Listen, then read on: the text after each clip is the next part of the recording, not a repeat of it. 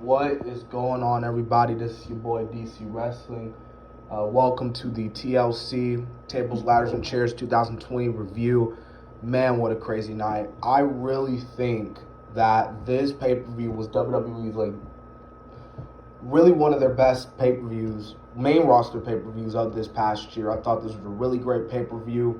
Not gonna waste any time. We kicked off the night with Drew McIntyre defending his WWE Championship in a TLC match, facing AJ Styles. And near the end of the match, The Miz coming in, cashing in his Money in the Bank contract, making this match a triple threat match. But despite The Miz cashing in his Money in the Bank match, Drew McIntyre retains his WWE Championship.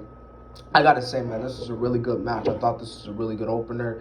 I'm actually surprised that they started the WWE Championship title off as an opener, but then again, at Hell in a Cell, they did start it off with the Universal Championship. So this was a really good opener. You know, McIntyre and AJ, really great competitors of their current time, and almost got involved as well. Almost actually took out The Miz. He put The Miz through the table, and Morrison was hitting almost with the chair, almost like the guy he is did not respond, and was going after Morrison, which led to those two going to the back. But in the end, Drew McIntyre retains. I thought this was a good call, having Drew retain.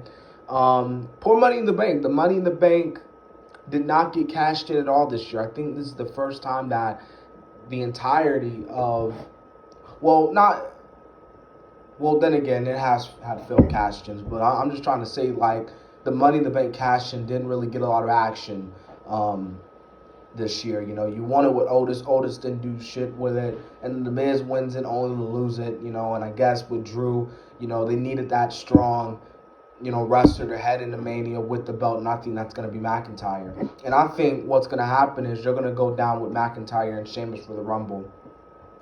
We got the next match for the SmackDown Women's Championship, Sasha Banks defeating Carmella. I thought this was a really good match. Carmella impressed the hell out of me in this match. She showed that she could go. Like I said, I felt like that they should have built Carmella up before they gave her Sasha Banks, but Sasha winning, Sasha looking as stunning, but but just two women really going out. This was a really good match for the SmackDown Women's title. Sasha winning was the right call. Obviously, Sasha is going to be the SmackDown Women's Champion for a long time. She's not losing that championship anytime soon. But I don't know what Sasha is gonna do with the title now. She could repeat with Bayley at the Rumble or something. I don't know, but we'll see what happens.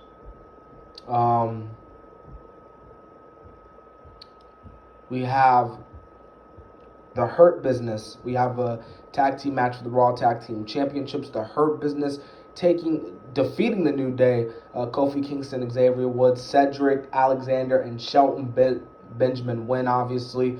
This was a really good call. I've said it in the predictions, man. The Hurt Business is one of the best things on Raw, and it's a shame that, Bobby's champion, but not Cedric and Shelton, and now the Hurt Business have all the gold. So it only made sense. New Day, let's be real, great talent, but they weren't doing nothing with the Raw Tag Team titles. Anyway, so we have another tag team match, Playa. Oh, by the way, I thought that tag team match was really decent. I thought it was okay, in my opinion. We got the next okay tag team match, Playa, for the WWE Women's Tag Team Championship, Asuka and the returning Charlotte Flair. We have not seen Charlotte Flair in months, and they defeat Nia Jax and Shayna Baszler to win the WWE Women's Tag Team Championships. Kind of makes sense because the last time I believe we saw Charlotte, I believe Nia was the one that was attacking Charlotte. So it kind of makes sense Charlotte teams up with her former rival in Asuka, because Charlotte wants to get that little revenge to what Nia did to her, and also because she don't like Shayna Baszler. So I thought this is a decent tag team match. Like I said, Asuka and Charlotte winning was the right call. Yeah. Next, we got what was surprisingly, in my opinion, I thought this was going to be the main event, the semi-main event, Roman Reigns versus Kevin Owens for the TLC match in a TLC match for the Universal Championship. Now, here's my thing.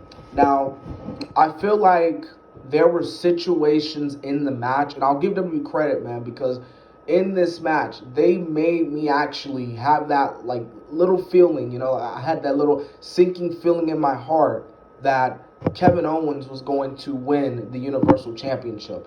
And, dude, here's my thing with Owens. He was climbing the ladder, and there was like 1-2 times in the match where he literally had his whole hand on the title, ready to collapse it,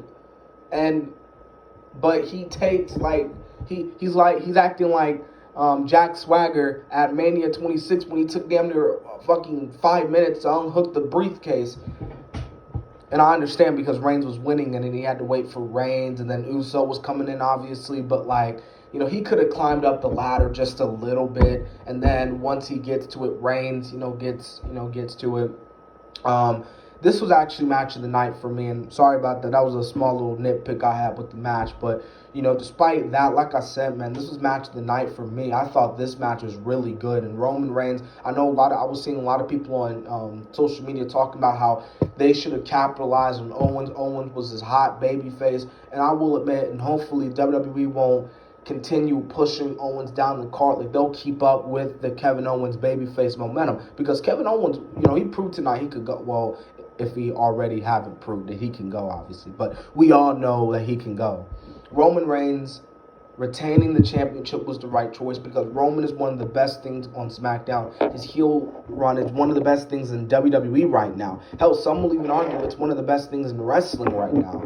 That's how good Roman Reigns has been with the Tribal Chief heel run, and him with Heyman and Uso. It's just been amazing. And WWE's done a great job at handling and booking Roman Reigns since his return at SummerSlam.